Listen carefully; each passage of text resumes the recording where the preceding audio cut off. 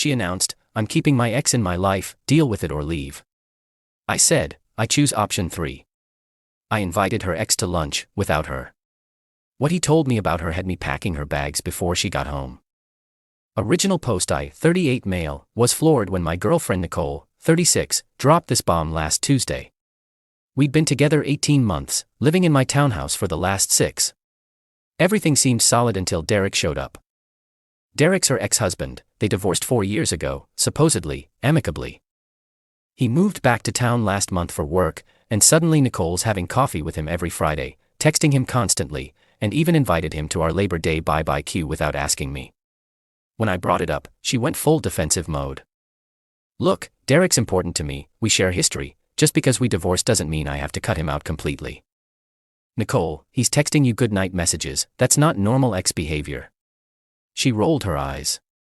You're being insecure, Derek and I are mature adults who stayed friends, if you can't handle that, maybe this relationship isn't for you. So you're choosing maintaining this friendship over my comfort in our relationship. That's when she said it, I'm keeping Derek in my life, deal with it or leave. The ultimatum hung in the air. I nodded okay, I understand your position. She smiled, thinking she'd won. Good, I'm glad you're being reasonable. Actually, I said, I choose option 3. What option 3? I'll figure it out. She laughed it off, assuming I was accepting her terms. That night, while she was asleep, I found Derek's business card on her desk. She'd left it right there, bold as brass. Investment advisor at some firm downtown. Wednesday morning I called him. Derek. This is Tom, Nicole's boyfriend. I was wondering if you'd be free for lunch tomorrow, just the two of us. Long pause. Does Nicole know about this? No, that's kind of the point. I think we should talk man to man. Another pause. Yeah, okay. Where and when? We met at a steakhouse downtown. Derek looked nervous, kept checking his phone. I got straight to it. Look, Derek, I'm not here to threaten you or anything. I just need to know what's actually going on with you and Nicole. He shifted uncomfortably. Nothing's going on. We're just friends. Friends who text goodnight. Friends where she's prioritizing you over her current relationship. Derek sighed, rubbed his face. Man, you seem like a decent guy. You deserve to know. Nicole's always been like this. Like what? She needs backup options. Always has. When we were married, she kept her college ex Brad around the same way. Constant texting, coffee dates, telling me I was being controlling when I objected. My stomach dropped. What happened with Brad? Found them in our bed 6 months before the divorce. She swore it was the first time, but he shrugged. The amicable divorce. That was her narrative. Truth is, she cleaned me out, kept the house, got alimony even though she was the one who cheated. Her lawyer was her dad's golf buddy. Why didn't you fight it? I had just started my business. Couldn't afford a long legal battle. Plus, she had photos of me from a bachelor party that, well, taken out of context, wouldn't have looked good in court. Nothing illegal, but you know how these things can be spun. I sat back, processing, and now she's keeping you around as backup. Yeah, she's been hinting about getting back together, actually. Says things aren't working out with you. That hit like a punch. She said that. Derek pulled out his phone, showed me texts from Nicole. Tom's sweet, but kind of boring. Remember our trip to Napa? Those were good times. Maybe we gave up too soon. All dated within the last week. I haven't encouraged it, Derek said quickly. I'm seeing someone myself now, but Nicole doesn't know that. I've been trying to keep distance, but she's persistent. Why are you telling me this? Derek looked genuinely sympathetic, because I wish someone had warned me about Brad. And because. He hesitated. Look, check your credit report. Check if she's on any of your accounts. When we divorced, I discovered she'd opened 3 credit cards in my name. Maxed them out. We talked for another hour. Derek told me about mysterious charges, about Nicole's spending habits, about how she'd convinced him to add her to his investment account for emergencies, then drained $30,000 for what she called self-care expenses. I paid for lunch, thanked Derek, and drove home in a daze. Nicole wouldn't be back until evening. Wednesday was her yoga and wine night with friends. I had 4 hours. Update 1.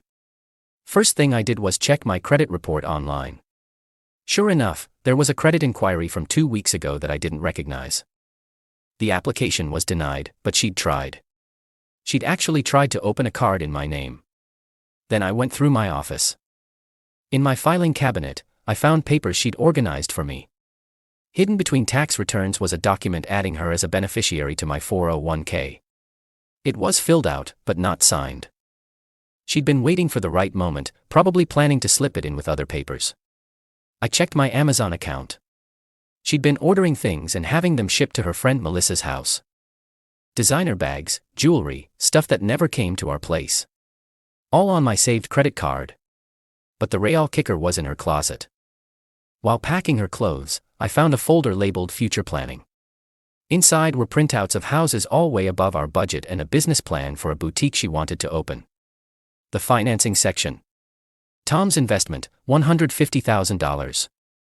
I'd never agreed to any investment. We'd never even discussed it.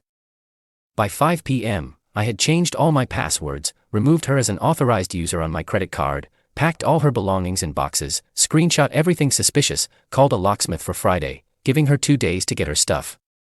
She came home at 8, slightly tipsy, giggling on the phone with someone. "Hey babe," she called out, then stopped. The living room was full of boxes. Her boxes. "Tom, what's going on?"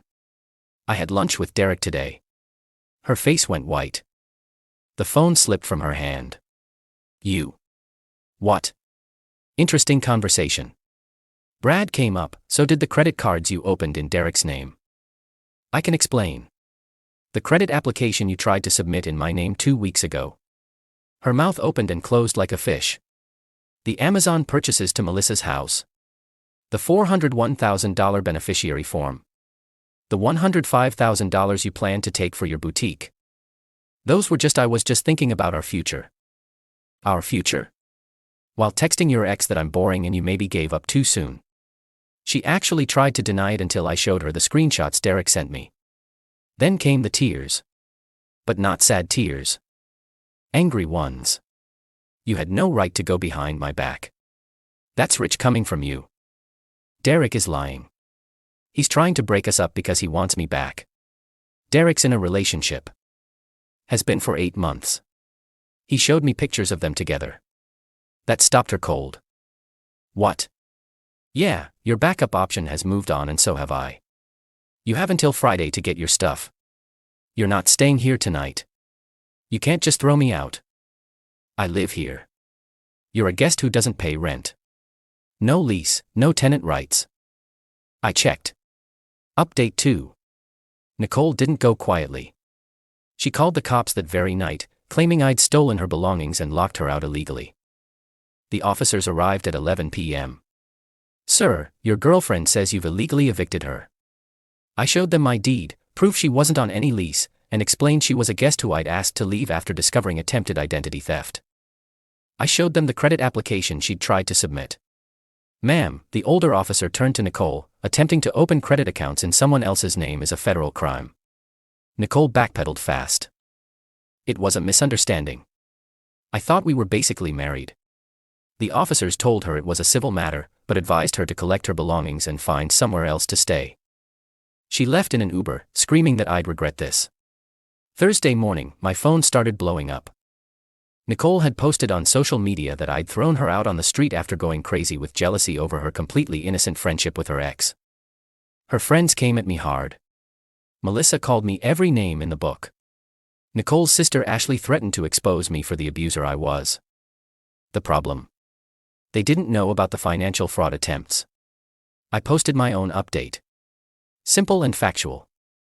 Since people are asking, I ended my relationship after discovering my ex attempted to open credit cards in my name and was planning to take $150,000 from my accounts without my knowledge. I have documentation and have consulted both police and a lawyer.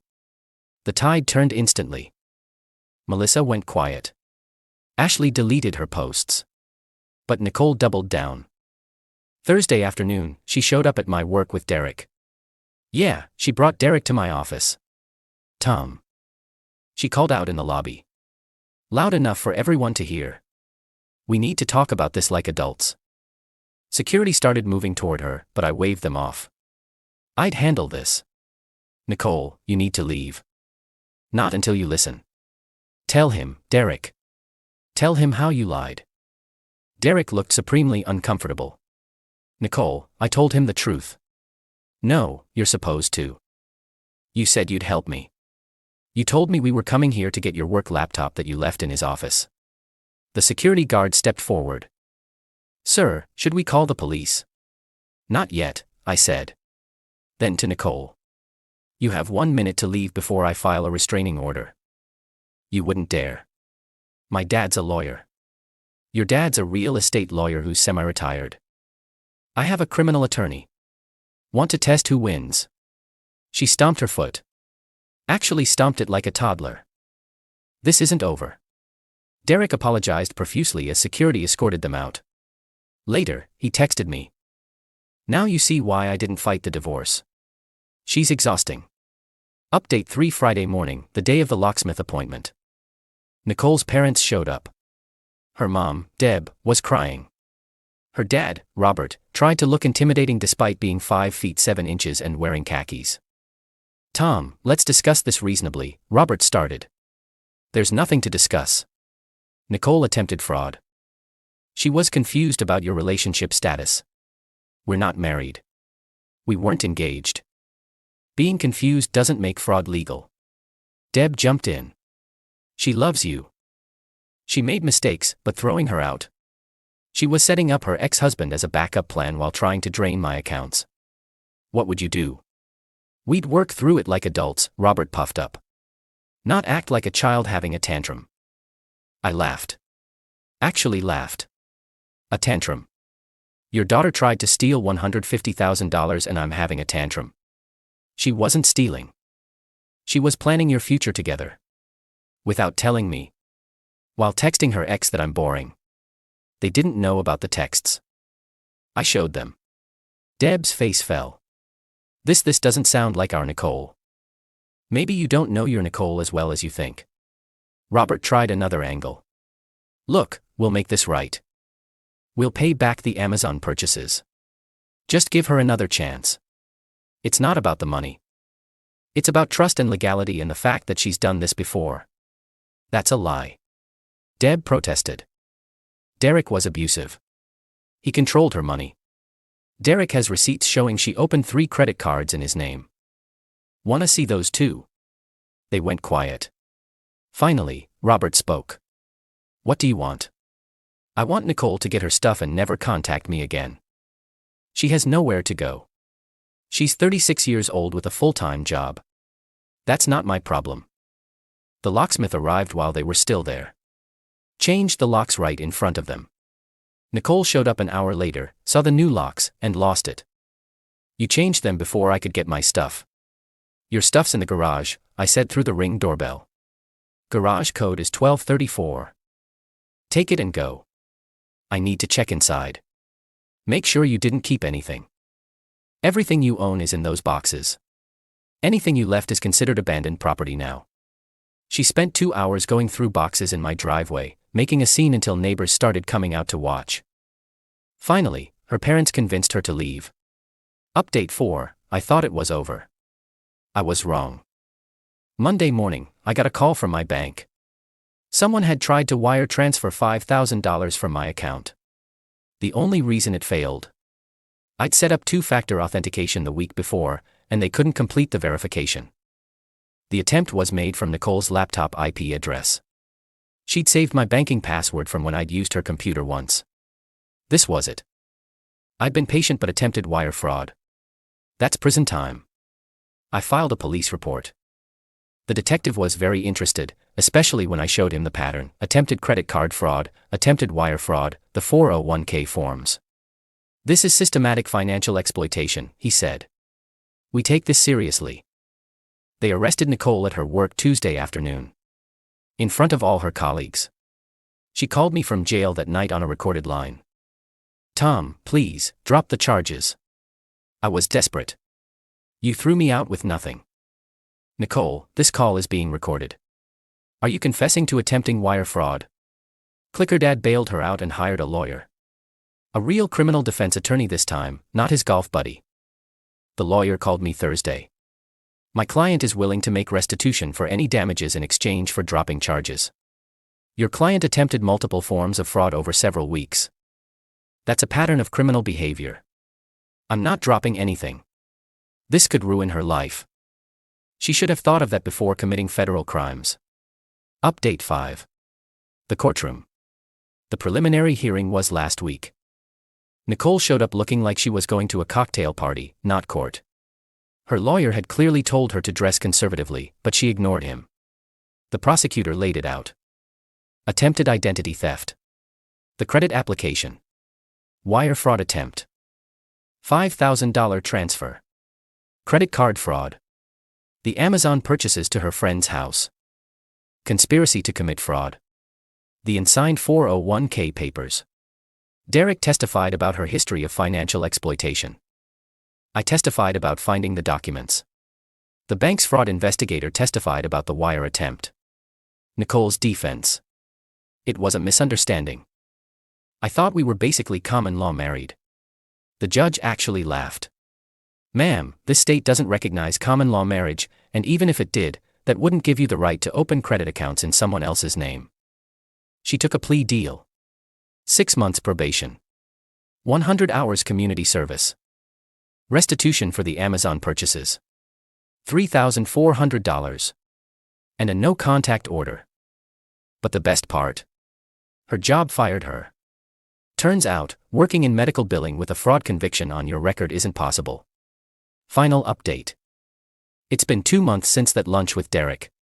Nicole's living with her parents, working retail, and according to mutual acquaintances, telling everyone I ruined her life over a misunderstanding. Derek and I actually became friends, weirdly enough. He introduced me to his girlfriend and we've had dinner a few times. He says watching Nicole face consequences was therapeutic after what she put him through. Her parents still send me nasty messages occasionally, calling me heartless.